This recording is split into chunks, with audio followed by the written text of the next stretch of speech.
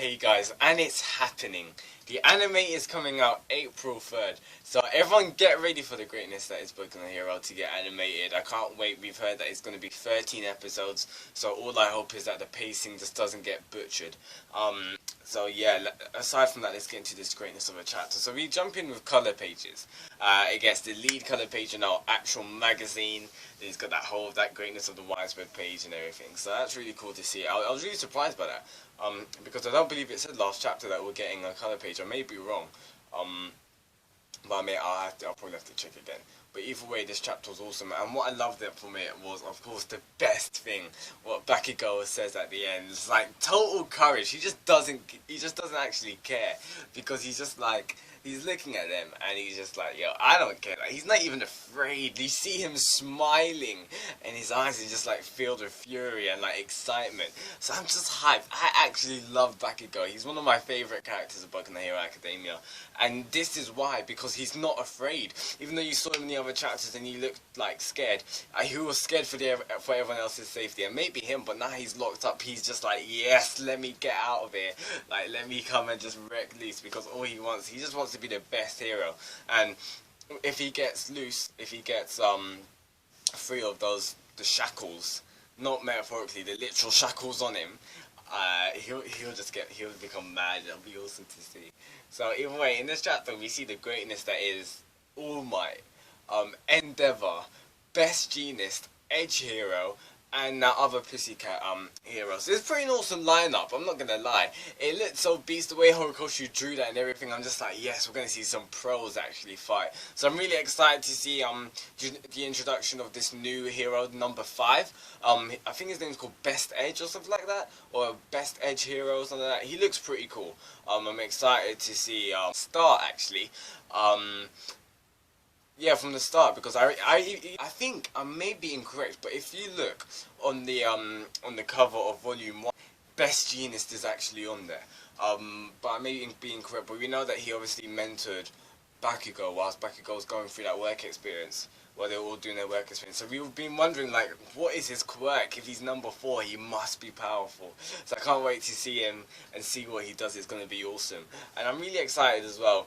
Just the Endeavor, like, fight. Endeavor and All Might coming in side by side. You can even see Endeavor. He's so salty, because you can see him even looking at All Might as well. But I can't wait to see just the utter raw power of these pro heroes and see the comparison, how they weigh up, and see how far out of the to see how much stronger they are than the students of class 1A. So with this chapter, it pretty much just not confirmed, but it pretty much decided on the side of which the class is going to take. And it also feels gonna, and I made a joke about it last review, how it's just like, oh yeah, it's Team Cap or Team Iron Man, like a Civil War kind of thing.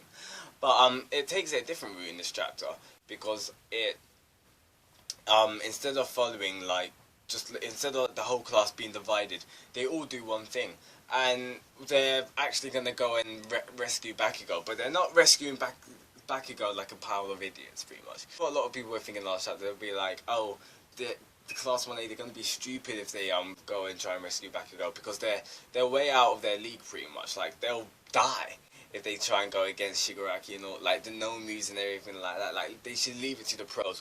But they're actually going in for a covert operation, and they're pretty much, they're not planning on using any combat. They're literally trying to go and sneak in, take Bakugou, and sneak back out.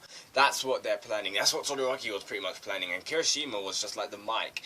Kirishima was just amplifying his emotions of what they were saying. And we find out in this chapter, most of the other students, they were frustrated of how powerless they felt, especially Todoroki, because you see Todoroki, like, that chapter when he goes to reach out Bakugou, like the Bakugou marble thing, and Dabi just comes in and takes it. You see Todoroki's face, and he's just like I'm just like, oh man, I just can't wait for these next couple of chapters, because these next couple of chapters are gonna be lit. It's just gonna be straight flames. I don't even care. So I'm really excited to see what these heroes are gonna do. Again, with I saw on Reddit the whole theory with, like, the detective being the villain of that. I'm not being a traitor. I'm not sure, but I saw it on Reddit, and it was just like, yep, the detective and Black Mist, they've got the same tie. He must be the traitor and stuff like that. I'm just like, yo, okay, that was pretty funny. But I'm really wondering, Like, they obviously got strategy coming up, and I'm so excited because from last chapter, it's the way it was portrayed and the way Horikoshi done it. It seemed like All Might was going by himself because he just said like, "Oh, I've come for payback" and all that kind of stuff. So it seemed like All Might was going to go on a rogue and just go by himself, but he's going with with all the top heroes pretty much. So he's still bringing that symbol of peace, and he's still bringing like the symbol of like the heroic society with him, so he doesn't throw that in the gutter. And this is also good as well because if All Might went by himself and he died, like that would tarnish the symbol of peace. Like society will be in like ruins pretty much. They'll be shocked. Whereas if All Might's going with these other top heroes, he's got a lot of backup, so he won't be outnumbered by numbers and by power. He's gonna be backed up with these other pros, and it seems like less likely that he will actually die. It still does seem like the death flags are still there. He may actually die in this arc, but with the pros coming in, it seems a bit less likely. I'm not sure, but all we do know is that All Might's death is kind of inevitable because it's been like death flags from the start. But either way, this chapter's pretty awesome with the dialogue between Ida and Deku. Ida coming in, giving them the right hook, and it's what I really love about just like the characters in general, and just like Boku no Hero is like the arcs are relevant. Every single chapter is relevant, and what I've really noticed is that Stain really made a difference. Like Stain made a crack in the hero society. He's changed people's morals. He changed the way people actually think of heroes, and he's changed how people think upon themselves and just of how they should be thinking in general. Because like with what happened with Stain, Ida, he realized that he can't just be going off he can't be going off like irrationally and not thinking about the consequences, because that's what he done in Stain. And look what happened. Like he damaged his arm. He also put Deku and Todoroki and that other hero in danger as well. So Ida knows about the consequences, and that's why he was so against them going. But now that he's kind of realized, he kind of knows that they're going in for covert operations, so they're not breaking the rules. They're still maintaining that hero code, and it's going to be awesome because I really want to see more of Ida as well. Like that Stain arc honestly got me so hyped when we saw Ida, Todoroki, and Deku.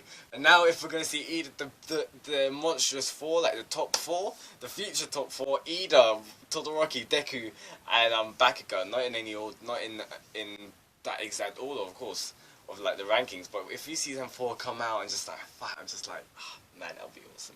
So we do know that some characters are not coming. For example, Ayoma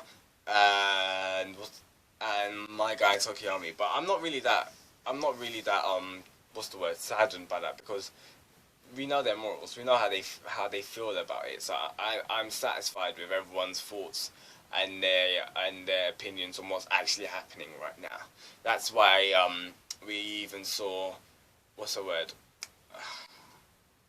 Suyu. That's why we even saw Suyu. She was just like, you shouldn't be doing this. Like, you'll be breaking the rules. You won't be better than the heroes, the villains themselves. And that's kind of true to an extent as well.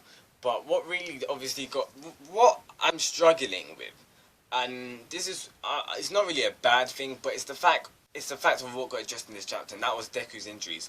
And that was that if he tries pulling off a move like that again, he won't be, like another 2 or 3 more times, he won't be able to use his arms. Like, they'll become fully dysfunctional. They won't be able to operate properly. And I'm wondering how Horikoshi's gonna solve this. Like, is Deku going to what's the word, upgrade Full Cowl or something like that? Is he gonna manage to configure Full Cowl where he can use more power output without hurting the body? Because we know either way, Deku needs, in the future, Deku needs to be able to use All for One. Is it All for One? No, One for All. Deku's gonna need, yeah, one. Yeah, that actually gets me so bad. Deku's going to be able to use One for All. He's going to have to be able to use it probably to 100% without his body breaking. So I'm really wondering how Horikoshi's going to do this. Maybe Deku is going to, maybe it's got to do with something with Full Cowl, or maybe it's got to do with ages ago when he saw like the 8 eyes kind of thing. I'm not sure, but all we know is that in the past, All Might, his body was massive. So like the difference in not strength but like mass and size, you can say, like it wasn't a massive amount of difference. So in All Might, like Toshinori, in All Might he used One for All, it didn't really break his bones because his physique was much bigger and much like buffer. like much more built, whereas Deku's body is still quite a small frame. So we'll have to see what happens in the next couple of chapters about that. But all in all, I'm extremely excited to see the pros coming in, because I've really wanted from the start of Boku no Hero, I wanted to see like Endeavor, I wanted to see all those pros like fight to their most potential, not just the students. So we're gonna see that, and that's gonna be awesome. And we're gonna be seeing Class A coming in as well. I doubt it'll be covert. They're gonna either get caught, or they're gonna like land in like a place full of no moves, or full of I don't know, but they're not gonna. It's not gonna be covert. They're gonna get ambushed or something, or they're gonna get caught. So tell me your thoughts, comment below. Shinigami Sam, and I'll see you next week for Boku no Hero chapter 85. Subscribe for weekly reviews of Boku no Hero, and goodbye. See ya.